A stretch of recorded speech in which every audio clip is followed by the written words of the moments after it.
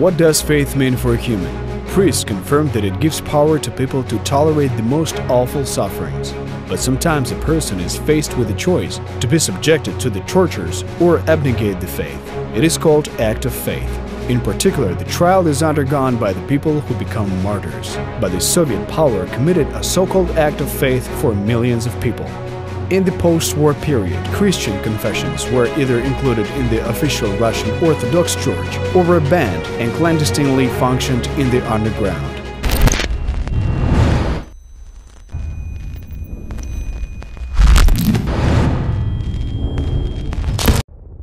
From the second half of the 1940s, Ukrainian traditional churches became illegal. A so-called underground period started in Ukraine. It was a time when not only priests were tested for their faith, but believers as well. People baptized children, wedding ceremonies were held secretly, and church literature was smuggled across the border. Visits to an official Orthodox church constituted a treat for believers. For this, they were put on a blacklist, which could have caused them unpleasant problems at work. But who exactly was put on these blacklists? It was in fact the priests of the official church that created these lists themselves.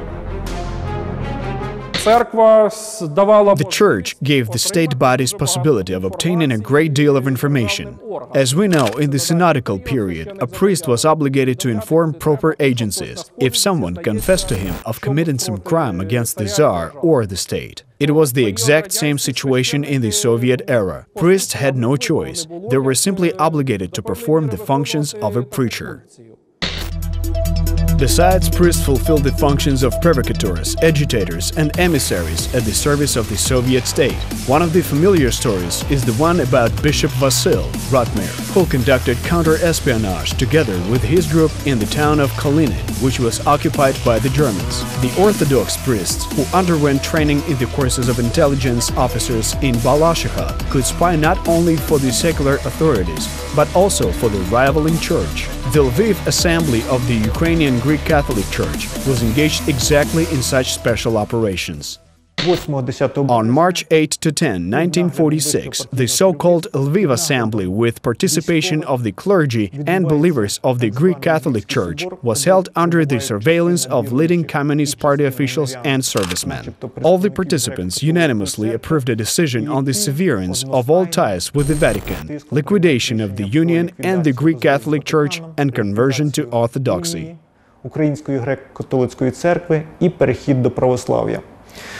From the viewpoint of the canonic law, holding of this assembly didn't have any legal grounds.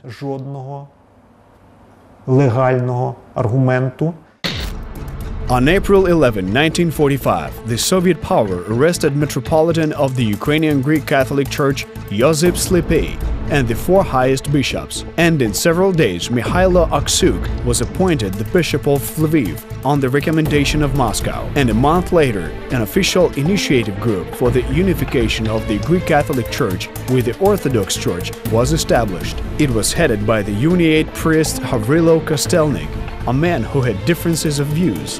It is he who addressed the Soviet government with an appeal to unite the churches. Already on June 18, 1945, Kostelnik's group was recognized the only agency of the church administration of the Ukrainian Greek Catholic Church, and in the future all of the Greek Catholic eparchies were headed by the church. So the group created by the People's Commissariat for Internal Affairs gained control of the church. On behalf of the Soviet government, the authorized person of the Council of the Russian Orthodox Church, Pavlo Khodchenko, in his letter of response asked Kostelnik to agree to all issues with the Soviet government and demanded him to send lists of all Greek Catholic hierarchs who would stand against reunification of the Greek Catholic Church and the Orthodox Church. At best, such persons were dismissed from employment at the church, and at the worst-case scenario, they were arrested. The priests who faced such a tough choice submitted to the Soviet power in order to preserve their caricature and sometimes to avoid threats against their lives. Naive priests thought that by signing documents on converting to Orthodoxy, they would get a so-called indulgence in the form of forgiveness of sins from the Soviet power. But they didn't know the fundamental nature of all these processes that were happening around the Greek Catholic Church. Let us quote former head of the Soviet Ukrainian Republic Nikita Khrushchev, who reported to Stalin about liquidation of the Greek Catholic Church. Nikita Khrushchev wrote, "While staying in Moscow, I informed you about the work performed for the purpose of liquidation of the uatv Church and converting the uatv clergy to the Orthodox Church. Giving the documents to member of the People's Commissariat for Internal Affairs and rental assistant for Confession Affairs of the USSR Council of People's Commissars Danilenko, Khrushchev asked him not to publish the letter to the Council of People's Commissars until they sent another official document to the eparchies." And another document concerned preparations for holding of the Lviv Assembly of the Greek Catholic Church. The Soviet power instructed the priests and laymen to participate in this event, and that their participation was obligatory. 216 delegates participated in the assembly. It was led by 3 representatives of the initiative group. At that time, 2 of them, Mikhailo Melnik and Anatoly Pavletsky, were already secretly consecrated bishops of the Russian Orthodox Church. The assembly approved only 2 formal solutions: annihilation of the Union of Brest of 1596 and returning of the uatv Church to the control of the Russian Orthodox Church. It is clear that the solutions to the problem were not effective, because the Assembly of 1946 was not convened by the Synod of the Greek Catholic Church, and higher hierarchs and bishops, who could take responsibility, also did not participate in the event. So the Church did not grant any powers to the Assembly. That's why the decisions were not recognized, and the Greek Catholic Church became an underground organization. The Soviet power ventured to convoke the uncanonical assembly consciously, because the Ukrainian Greek Catholic Church was a hub which united and inspired the national underground churches. In their turn, Soviet officials strived to make the Greek Catholic Church an instrument of its propaganda against the underground organization of Ukrainian nationalists. They planned to arrest and terrify bishops and make them obedient, including believers, when bishops will become controlled. But the plan failed, because the bishops refused to cooperate with the Soviet authorities even under torture. As a result, a few of them were tortured and others were simply exiled to Siberia as punishment. After holding of the so-called Lviv Assembly, the decision of which foresaw the unification of the Ukrainian Greek Catholic Church with the Russian Orthodox Church, it was not any priest that did not continue conducting his priestly activity openly.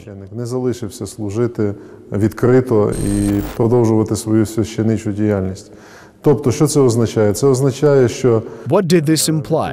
It meant that those who accepted the terms of this assembly practically became underground agents of the Soviet secret services.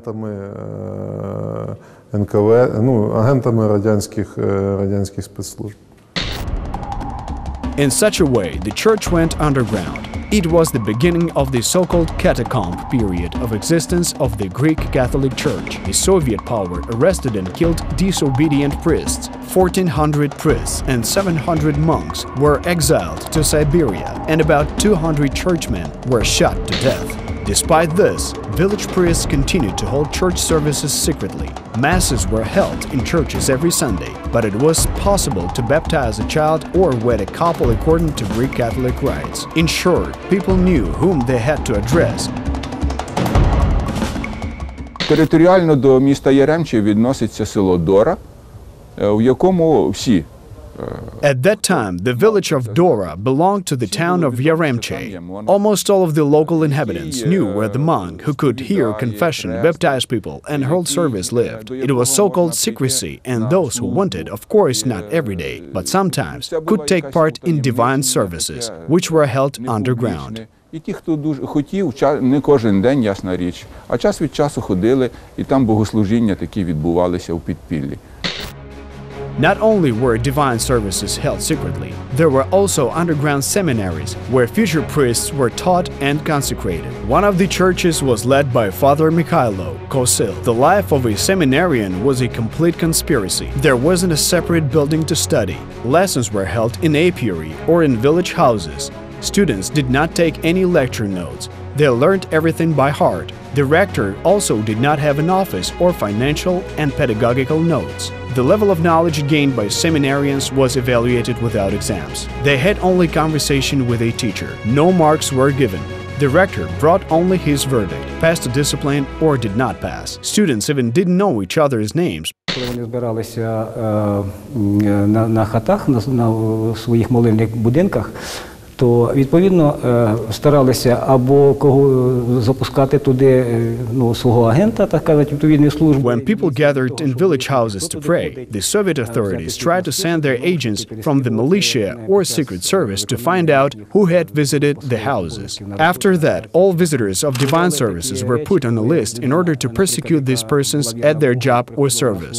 There were cases when a person came for church liturgy services to a priest of a so-called underground church, and the Soviet power charged such faithful persons of committing some criminal acts that they never committed and opened criminal cases against them.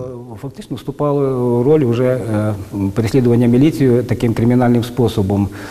Людині приписували різні речі, які вона не робила, складали відповідно справу на неї.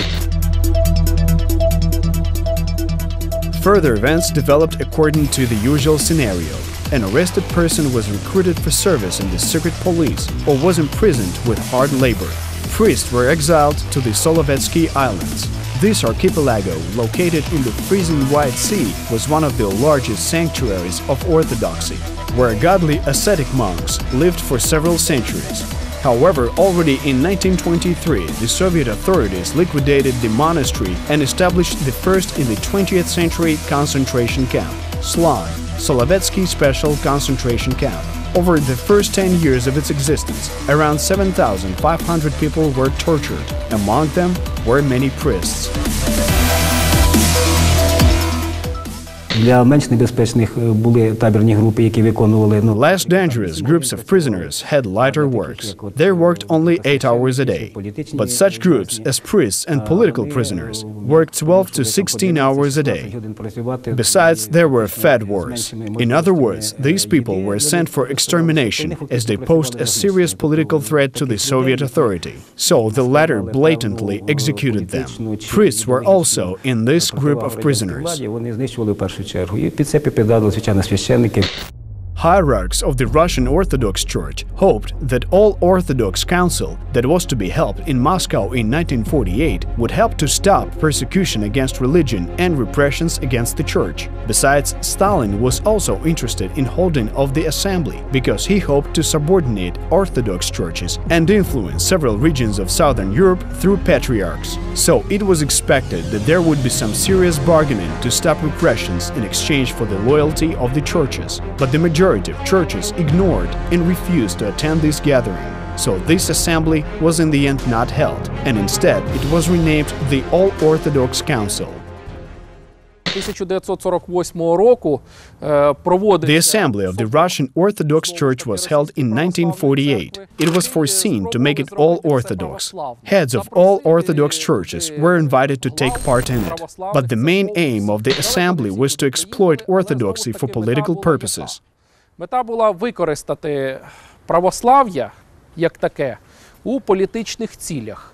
Зокрема, це робота ідеологічна в Греції. It concerned ideological pro-Soviet work in Greece and Turkey. The fact is that the authorities of the Soviet Union considered those countries a part of its sphere of influence at that time. But the results of Stalin's measures were disappointing. The hierarchs of foreign churches who came to Moscow discussed the issue of ecumenism and establishment of relations with Rome, but they even didn't wish to hear about cooperation with the Soviet Union. Then Stalin understood the Orthodox Church was the only acting instrument of influence on the masses in the Soviet Union, but this method was totally ineffective on the international scene. Після цього собору змінюється The attitude of the Soviet authorities towards the Orthodox Church changed after holding of the assembly.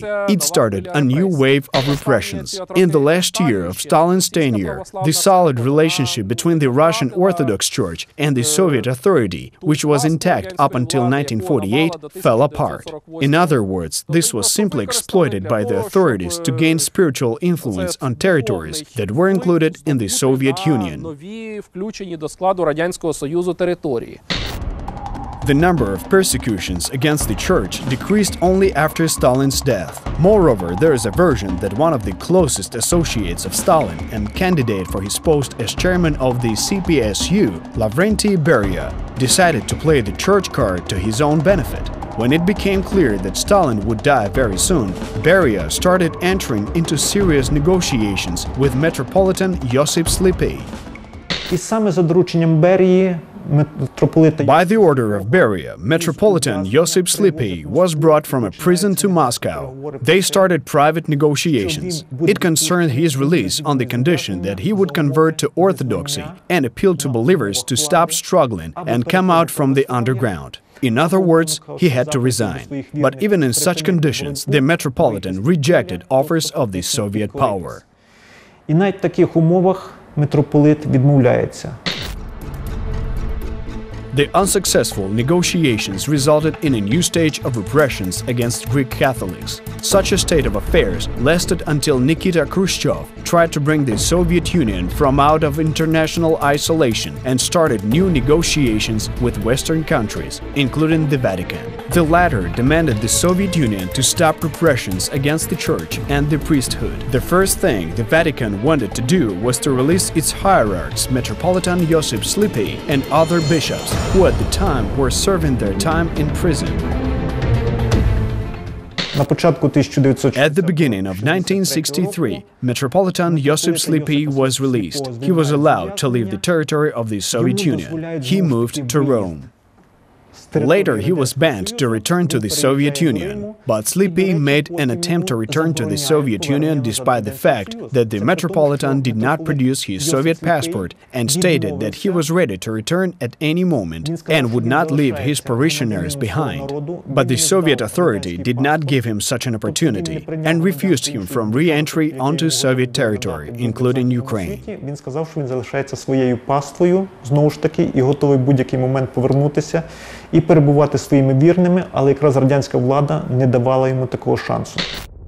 Until his death, Metropolitan Slipy used all the leverages of influence he had to put pressure on the Soviet authority to stop repressions against the Greek Catholic Church. He met with Soviet and foreign diplomats and always asked them to help stop repressions against the Church in the USSR. Unfortunately, the talks between Nikita Khrushchev and diplomats of the civilized world resulted in his demarche in the United Nations Hall. Nikita Khrushchev tried to resume the communist ideas, but the masses of Soviet people were already exhausted by such ideology and simply did not have the desire to support it in any way. Гоніння, антирелігійні гоніння за часів Хрущова були пов'язані перш за все з тим, що надати нове дихання. The opportunity to improve people's life and show that a communist paradise was a reality had emerged at that time. In such conditions, people did not need religion. It only diverted them from the ruling ideology. Безумовно, зайве. Відволікає суспільство від пануючої ідеології. The less people trusted the communist ideology, the more they believed in God. That's why Khrushchev proclaimed a goal to build communism, a so-called Bolshevik paradise within 20 years. He promised that people would sacrifice nothing, but would live as good as the citizens of capitalistic countries. In this communist state, money will not be the means of exchange, people will not be exploited, and every citizen will have their own dwelling. Nobody believed in such a utopian, idealistic world, and the church supported the people's views. Given this, Khrushchev understood that the church must be liquidated. But it was very difficult to do that. Having condemned the cult of Stalin, Khrushchev himself made people rid themselves of the fear of repressions. It was a period of a so-called Cold War position in the relations between the church and state. There were neither victories nor defeats. 1975 році In 1975, the Soviet Union signed the final act of the Conference on Security and Cooperation in Europe, the so-called Helsinki Accords. одним з пунктів обумовлює забезпечення прав людини. One of the items of the Accords foresaw human rights, including the right of believers. One of the main merits of the document was that the West gained the right to legally influence, control, and put pressure on the Soviet Union with the demand to restore the right of the existence of the Church. Відновити права церкви. In the 1980s, Mikhail Gorbachev also started talks with Western countries. And one of the first questions he was asked concerned the observance of human rights, including the rights of church believers. So in 1989, Soviet authorities gave in. They had to legalize the Ukrainian Greek Catholic Church and other underground churches. A few months after that, the Ukrainian Greek Catholic Church became one of the largest churches in western Ukraine. The fact testifies that even having been an underground church, it had not lost its authority among believers, and people that were forced to keep their religious confession in secret began openly showing their beliefs as soon as the church became legal. The path to the revival of the Ukrainian Orthodox Church was very difficult, but we will tell about that in our next program. And always remember that every phenomenon has its pro and contra. So we look forward to seeing you all next time. Contra.